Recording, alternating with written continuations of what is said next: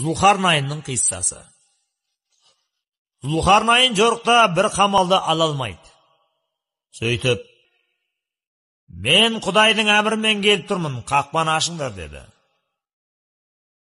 Ар жақтан бір кісі, мына түйіншекті ал, ашып көрсең бәрін түсінесің деді. Ескендір түйіншекті ашса, ішінде бас сүйек жатыр екен. Ол уәзірлерін жинап, бұның мәнісін сұрады.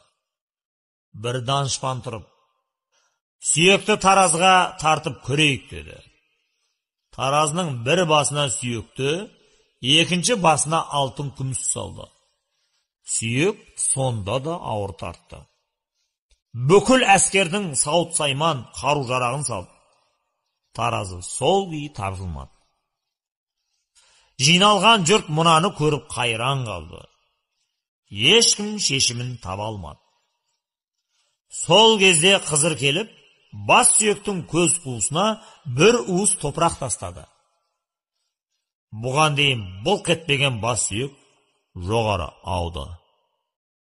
Ескендір, Қызыр, неге бұлай деп сұрады. Қызыр айтты, нәпсі билеген адам қомағай ашкөз болады. Өзі тоймастың көзі тоймайды. Әлемнің алтын күмісіне тоймаған адам нәпсі көрге кіріп, көзіне бір уыс топырақ құйылғанда ғана тояды деді.